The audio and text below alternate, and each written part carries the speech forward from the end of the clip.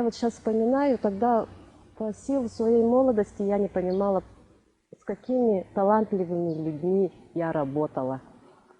Вот, а сейчас вот я понимаю и очень ценю то, что мне пришлось с ними поработать. Его имя тогда гремело на всю страну. Он снял фильм «Брат», «Брат 2». Он был супер-мега популярным. И вот лично я была очень горда тем, что я работаю с таким прямо мэтром, режиссером, мастером своего дела. Однажды я заболела во время съемок очень сильно. Как раз в это же время было, осенью. Ага.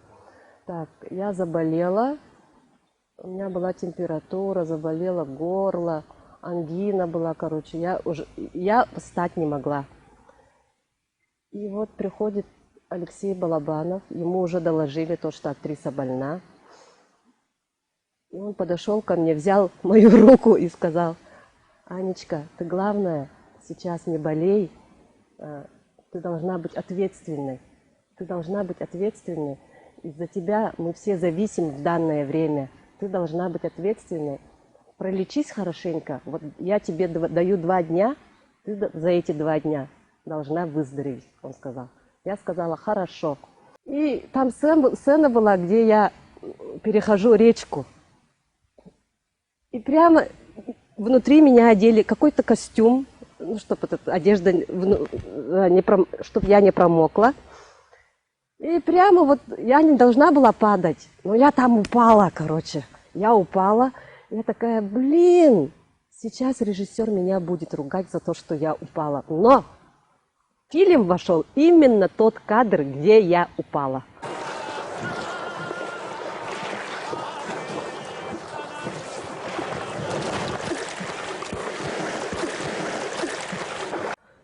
Посмотрите обязательно. Ну, Алексей Балабанов сказал: давайте вот прямо вот 2-й раз сделаем тоже, чтобы там выбрать, чтобы. Все сказали окей, я тоже сказала окей. Я вот достаю, и у меня там одна рыбка упала, короче. Я не растерялась, я прямо как и так и должно быть, так прямо взяла и обратно положила там.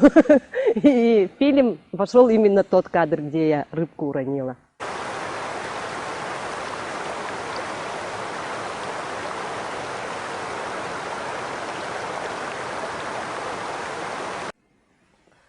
Вот еще какие.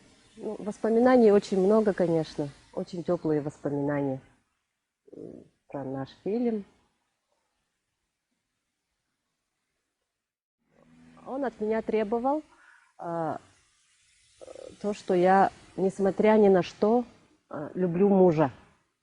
Я очень люблю мужа. Вот Анчик, как и меня тоже зовут Анчик. Анчик очень любит своего мужа. И несмотря ни на что, на измены, на болезнь, она все равно его любит. Он сказал: ты должна показать любовь к своему мужу. Ты должна любить своего мужа, несмотря на болезнь. Вот он же болеет и лежит, и они в лепрозории находятся. Я, несмотря на это, прихожу к нему из-за того, что я люблю его. Потом по приходу выясняется то, что он уже живет с другой. И несмотря на это, я тоже его люблю, прощаю. Короче, всепрощающая такая, вселюбящая героиня у меня получилась в итоге. Ну, если бы весь фильм сняли бы, да, я могла бы там показать огромную любовь к мужу. Вот такую вот задачу он мне передо мной поставил. То, что я очень люблю своего мужа. А брат твой говорил обществу, что будет кормить тебя вечно, что послал тебе много.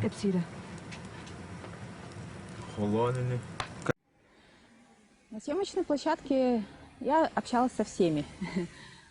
Мне было 9 лет, я была таким общительным ребенком. Вот. Все меня любили, носили на руках. Вот.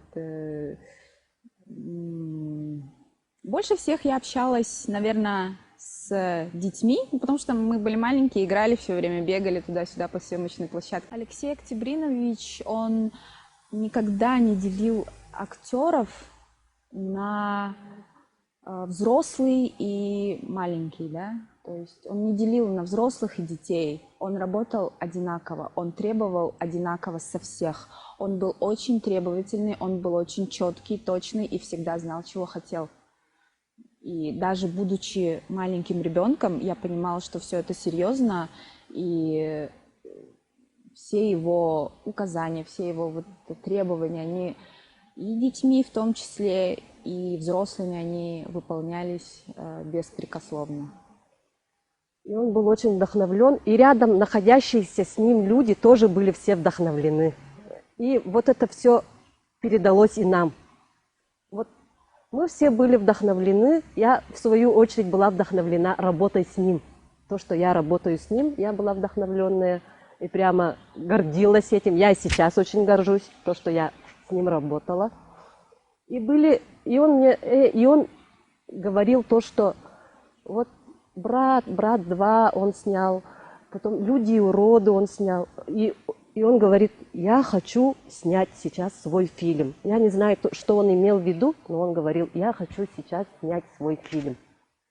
Он говорил вот «Реку», то, что это его фильм. Я не знаю, что он имел в виду, но я думаю, что у него получилось. Ты не обижайся. Давай. Снег скоро. Любил якутских актеров, Якутию очень любил. Все время расспрашивал про наш быт, говорил, что у нас очень красивый язык. Мы вот разговаривали, да, когда между собой, ну вот якутские актеры, между перерывами там, прямо говорите, я вот посижу и послушаю, как вы разговариваете. Прямо это же, говорит, услада для ушей, говорил он. Якутских актеров он очень любил. Вот Машу нашу Кычкину, Васю Борисова, меня, Туяру Свинобоеву, Гена Турантаева. А он больше всех полюбил Михаила Скрябина. Он говорил, что он невероятной харизмы актер. И Михаил Скрябин такой разговаривал тоже с ним постоянно. Вот они, даже мне казалось то, что он мне мало времени уделяет, нежели чем Михаилу Скрябину. Да, и сила коров доить. А почему ее так назвали? Почему? Не знаю. Назвали так. Сидит она, слышит. Вдруг... У меня же там главная роль была, а у Михаила Скрябина вторая, эпизодическая роль вторая. Тоже главная, но и почему-то они все время разговаривали. Они все время вдвоем вот так. Там сидят, разговаривают, тут сидят, разговаривают, и в машине сидят, разговаривают, и в трейлере сидят, разговаривают. Все время разговаривают. И мне кажется, вот они передавали, наверное, друг другу какие-то информации, полезные друг друга. Я в то время, в силу своей молодости, я не могла дать ему ту информацию, которую дал в свое время Михаил Скрябин. Потом, после этого, он пригласил Михаила Скрябина вот в «Кочегаре», «Груз-200». Они прямо дополняли друг друга, как режиссер и актер. Мне так кажется.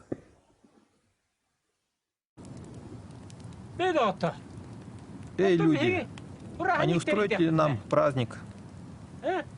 Актеры, Алексей Балабанов, все, кто работал в этом фильме, они показали то, что было. Это же все на самом деле было. И Сарашевский написал правду. Я думаю, то, что люди не правы, то, что вот, когда говорят то, что вот Алексей Балабанов все там в другом свете показал. Возьмите, почитайте Сарашевского, тогда вы все поймете. Снял великий режиссер Алексей Балабанов, снял про наш якутский быт, то, как жили наши предки, как все это было. Посмотрите обязательно. Только бы не померла. Посмотрите, хорошо будет. С утра поплывешь. Джанка, останься. Хорошо у вас, правда.